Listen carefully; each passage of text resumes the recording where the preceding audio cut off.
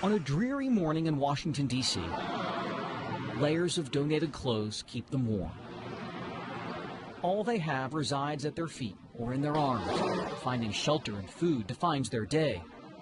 Dawood Proctor knows this struggle all too well. I mean, I see people come past and laugh at the homeless and you know, might look down on them, but if you really look at it, a lot of people ain't number one step away from being this way. Franklin Square is one of many places in the nation's capital inhabited by those without a home. And it sits just 2 blocks from 2 very different houses. To the west, the White House. To the east, Mayor Kebab House. This is Sunday morning. Owner Kazi Manan was in early on this particular day. With every dish, magic is that how much you have to stir it. He and his staff are preparing a special feast for customers at his Pakistani Indian restaurant. Potato, cauliflower, chicken, naan bread, chickpeas, and vegetable biryani. But these dishes are destined for an audience that's rarely welcome in elegant eateries. I knew about this place being here and passed it through my everyday travels. For the past few months, Manan has opened his restaurant to the homeless. Oh, we are blessed. Look, blessings are here. They're waiting for us to serve them. Isn't it amazing? Sometimes it comes in 15, 20. Sometimes they come like nobody. We are waiting. God, please send somebody, right? Nearly 20 people on this day, rainy, cold, and wet. Oh, came in from the elements for lunch. What you guys like to drink, tea or coffee? They're treated like any other guest. Tea, okay. What about you? Except for one key difference. Coffee. You, brother? They eat for free. Anytime, any day. Restaurant is open. You are most welcome.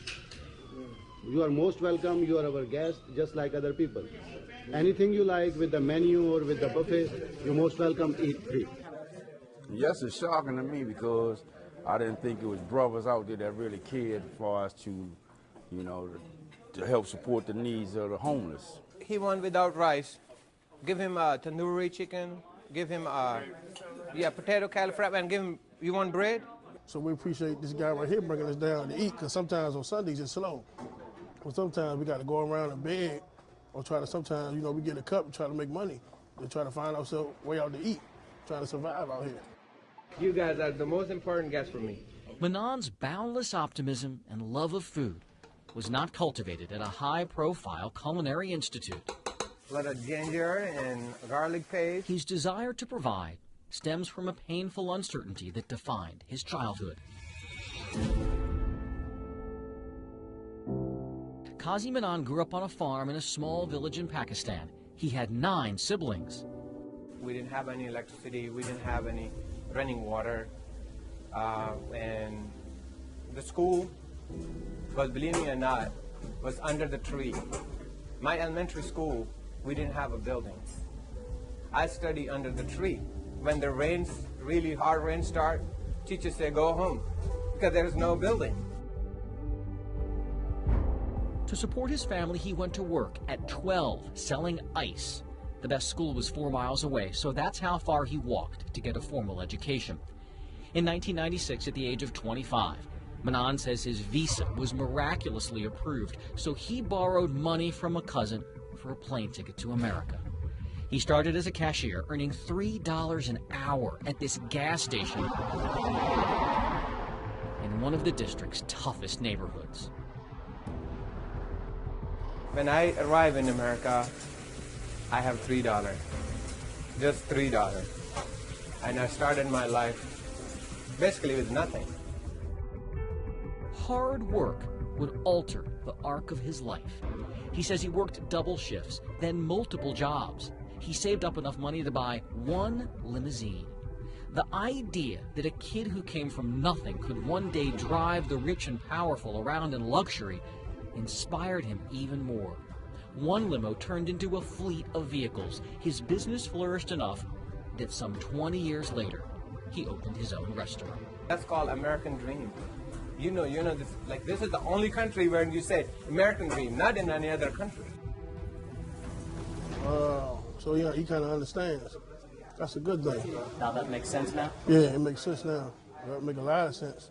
He was blessed to obtain things through his struggle, and it's like he didn't ever give up. But to fully understand this man, you should know one more thing. I love to prepare this food for a homeless shelter. Every Sunday, he makes extra food and delivers it himself to those in need in another part of the city.